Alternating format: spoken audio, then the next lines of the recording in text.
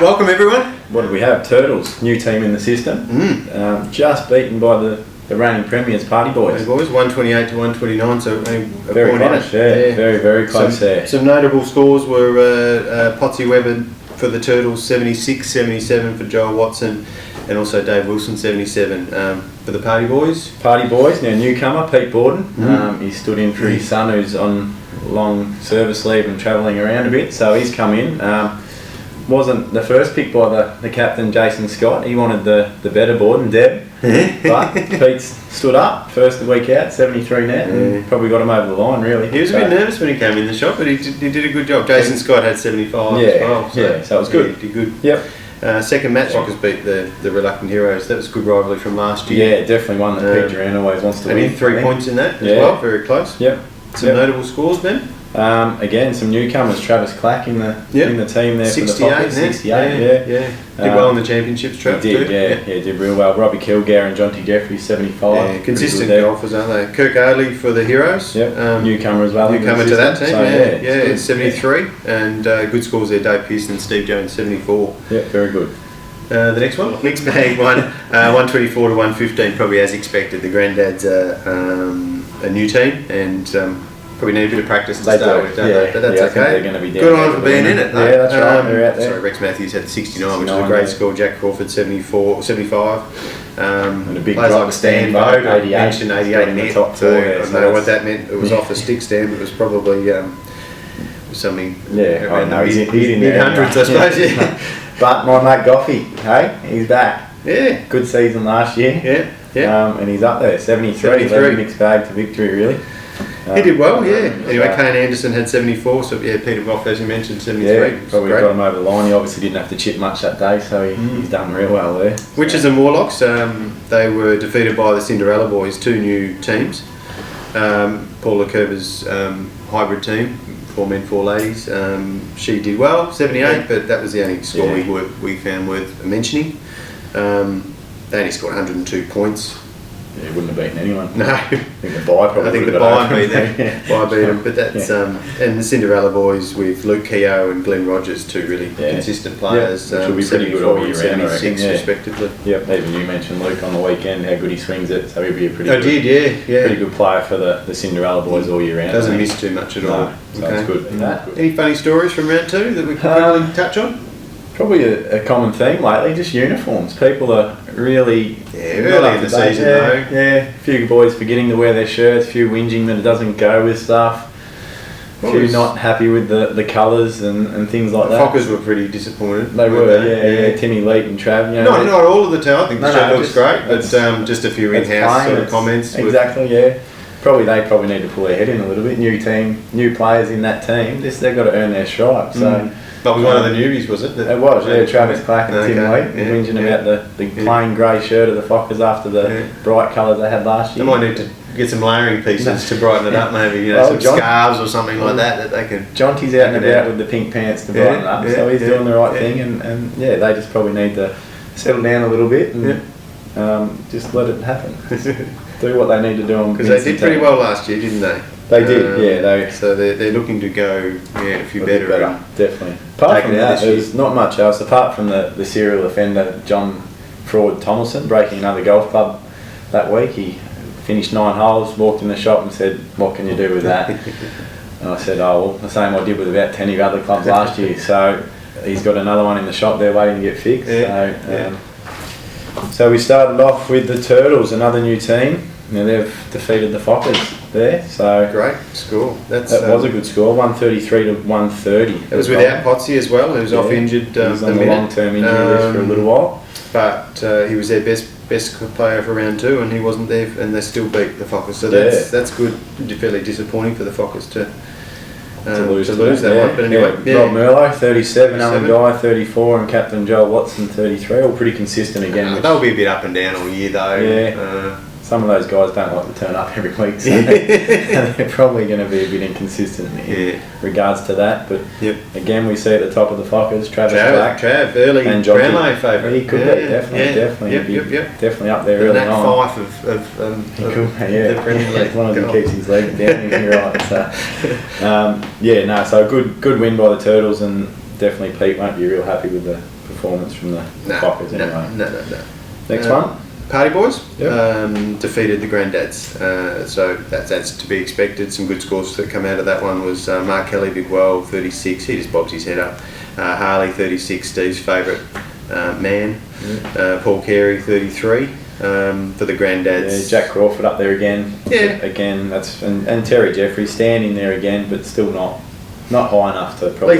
At least Stan got into the better players rather than the worst players. So that's good effort, Stan. Hopefully you get the opportunity to watch it on the show. Well, we've got new clubs coming, so I'm sure he'll improve. They want him.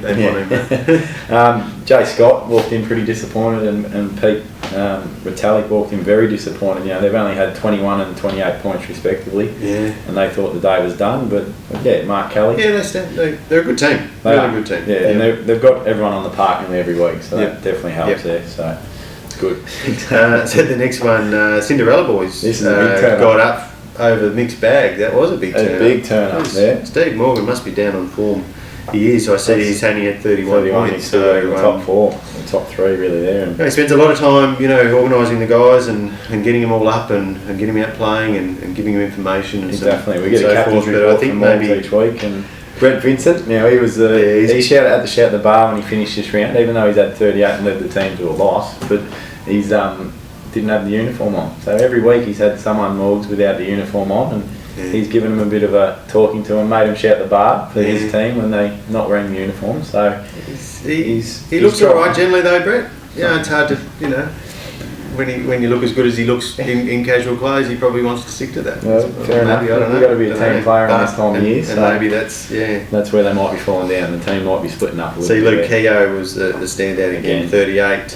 Glenn Rogers 34. Probably up there with Brownlow both. Simon Loftus, I mentioned there with 32, just for consistency. Yep.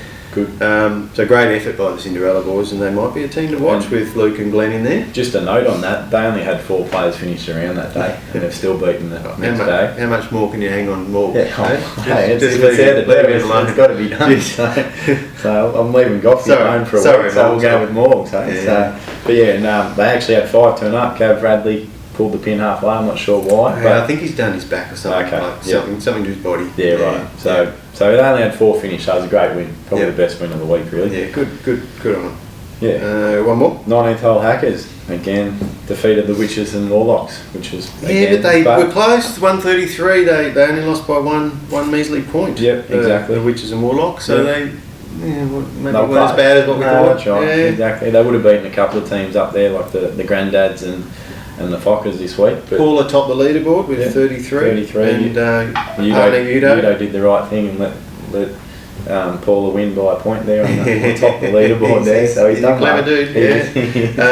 Heather Gunson 32, so she did well as well. But did really well. Yeah. Maybe next time. Next time. Good to see Gatto's keeping his form with the 19th hole Hackers with a no-show. Yep. After last year, they're not showing up much. But Matt Jean turned up and said we've got 7 on the park or 6 on the park, so he was very happy with that. Which it shows you get people on the park, you generally have a win. More chances to win. You do.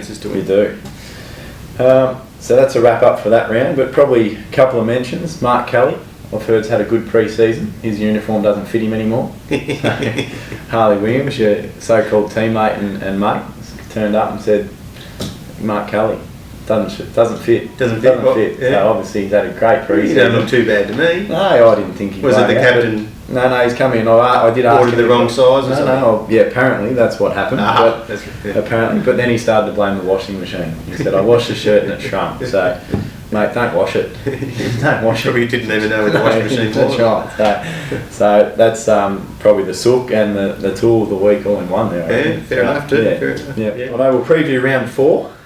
So we've got the Turtles versus the Granddads this week. What do you think? Turtles all over them. Yeah, have to be. I can't see the Granddads winning. No, even without Potsy off, they still should do it quite easily. And it's going to come back to this time of year. The weather will probably play a part in these guys not doing too well. Like the women, they really struggle with the wet condition, and a bit of rain earlier on yesterday might just hamper them a little bit. The older guys, you reckon? The older guys. They can't. Just that lack of run just might hamper them a little bit. They need some 14-degree drivers maybe to get it up over the mud. Party Boys and the Cinderella boys. Cinderella guys. That's a really good game. It could be a good game, definitely. Great match. Definitely. The Party Boys not really firing that well. They're only just scoring enough to do the job, but they're not really high scoring each week. This could set the tone, I think, for the favourites to take out the competition. Well, it's a 1 versus 2 match. There you go. They're both undefeated, so we're going to have a top of the ladder joust here this weekend. This will probably set their finals in stone. Well, you think you're definitely going to make finals. Whoever wins this is definitely going to make finals. Yeah. So it's going to be a great match. And the Heroes against Witches and Not Warlocks. going to have a pick. Oh no! Wow. Too hard to pick. Oh, Cinderella Boys. I'm Cinderella going. Boys. No, I'll go Party Boys there. Luke is in way too good form. Yeah. Reluctant Heroes, Witches and Warlocks.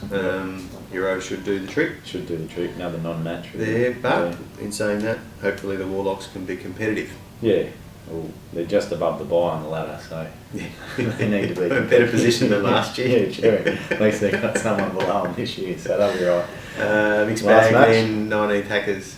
Yeah, 19th hole Hackers. That'll be a good Mixed match, I bag, think. yeah. If 19th hole Hackers get most of their players on the park, I think they might go alright. I think with a few comments towards Morgs in this show might spur him on, and he might be able to get somewhere in the 30s. He needs to do something anyway. If it's stable for maybe the horse has been too long for him to do the championship, so he might. At least might be one that can consider that 14-degree driver to get it up. He might need to. Get it up over the mud. Nate Richards played pretty well this year, junior. He's been a good start to the year. Yeah. Good little 36 player. points, 35 points here and there. So, if he Yeah, can fire, Ray Byron back from Barnburg. He's had a great month, hasn't he? Yeah. Beat me over in Tassie quite easily. That's not hard though. So. No, didn't miss a fair way. No. Even hit a couple of draws. Ray, if you played with Ray, you can turn the Fade ball back, from right to left. Must have been a hard win. Oh, going right No, he played well. We must have to beat me. I'm going to go with probably mixed bag. They'll just get the job done, but it'll be pretty close, I think. Yeah, I reckon Steve will stand up. Yeah. Very good. Well, that's it for the Thanks, couple guys. of rounds. You notice we've got some new apparel on, supplied CUB. by Carlton Draft CUB. Yep. So thank you very much for their support. Sponsorship. Looking after us. Thank you, Ben, for coming in. Thank you. Thanks to Amy for all the hard work she does behind the scenes. Yep, and we will see you next week. Next week. Yeah, Thank you. definitely. Thank Thank you. you. See ya.